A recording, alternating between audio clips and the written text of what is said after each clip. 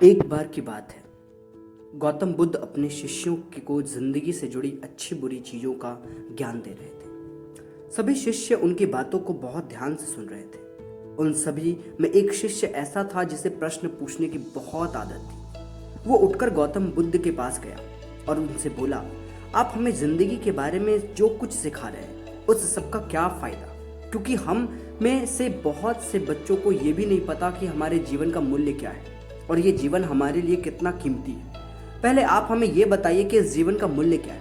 अपने शिष्य की बात सुनकर गौतम बुद्ध अपने कक्ष में गए और एक चमकता हुआ पत्थर का टुकड़ा लेकर आए। वो टुकड़ा उन्होंने अपने शिष्य को दिया और बोले, मैं तुम्हें इस जीवन का मूल्य तब बताऊंगा जब तुम इस पत्थर का सही मूल्य पता लगा कर आओगे। साथ ही ये ध्यान रखना कि तुम्हें ये पत्थर का टुकड़ा किसी को बेचना नहीं है। गौतम बुद्ध की बात मानकर वो शिष्य बाजार की तरफ चला गया। बाजार में सबसे पहले उसकी नजर एक फल बेचने वाले पर पड़ी और उसने वो पत्थर उस फल वाले को दिखाया और बोला, इस पत्थर के बदले आप मुझे कितने फल दे सकते हो। फल वाला बोला, ये पत्थर कुछ खास तो नहीं है, लेकिन फिर भी इसके बदले मैं तुम्हें 10 केले दे सकता हूँ। वो शिष्य उस पत्थर को लेकर आगे चला गया। फिर उसे एक सब्जी वाला मिला।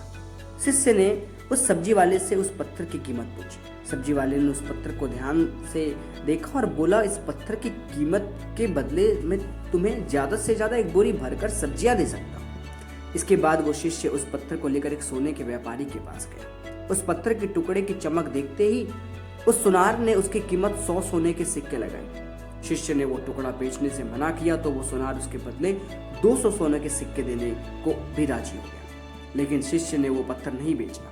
इसके बाद वो शिष्य एक हीरो के व्यापारी के पास गया और उनके सामने उसने वो पत्थर के टुकड़े को रख दिया। उस पत्थर को देखते ही हीरो के व्यापारी ने एक साथ कपड़ा बिछाया, उस पत्थर को उसके ऊपर रखा और फिर उसकी परिक्रमा की और हाथ जोड़कर उस पत्थर को कपड़े में लपेटते हुए वो बोला, तुम जिसे मामूली पत्थर समझकर उसकी कीमत पूछ रहे हो, असल में एक बेशकीमती रूबी है। ऐसा रूबी हर किसी को नहीं मिलता। मैं अगर अपना सब कुछ बेच भी दूं तो भी इसकी कीमत नहीं चुका सकता। उस व्यापारी की बातें सुनकर वो शिष्य हैरान हो गया।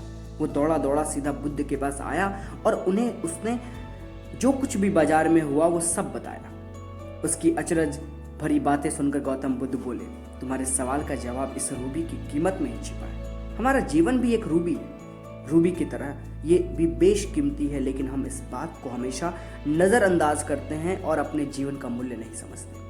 हम दूसरों को देखकर और उनके जैसा जीवन जीने की कोशिश में अपने जीवन की कीमत को कम कर देते हैं। हम ये सोचते हैं कि हमारी जिंदगी की कीमत वही है जो दूसरे हमें बताते हैं, लेकिन ये बात हमेशा ध्यान रखना कि सामने वाला अपनी हैसियत, बुद्धि और अपनी समझ के हिसाब से तुम्हारी कीमत लगाता है। और इस प्रकार से जिंदगी सिर्फ एक बार मिलती है, इसलिए इसको बर्बाद ना करें। अपनी जिंदगी को उतना ही कीमती समझे जितना कीमती आप अपने बैंक में रखे रुपयों को समझते हैं। आज के समय में लोग अपनी जिंदगी से ज्यादा कीमती प्यार, पैसों और दिखावे से भरी चीजों को समझते हैं। प्यार के चक्कर में लोग सुसाइड कर लेते हैं। पैसों के चक्कर में ऐसा काम करने लग जाते हैं जिससे उनकी जिंदगी बर्बाद हो जाती है। नाम कमाने के चक्कर में उल्टे सीधे काम करने लग जाते हैं। हमेशा याद रखना कि दिखावा करना जरूरी नहीं है। प्यार दोबारा मिल सकता है, पैसा फिर कमाया जा सकता है, लेकिन जिंदगी फिर से पाया नहीं जा सकता। इसलिए अपने इस बेशकीमती जिंदगी को अच्छे से जिए, हर पल का आनंद ले।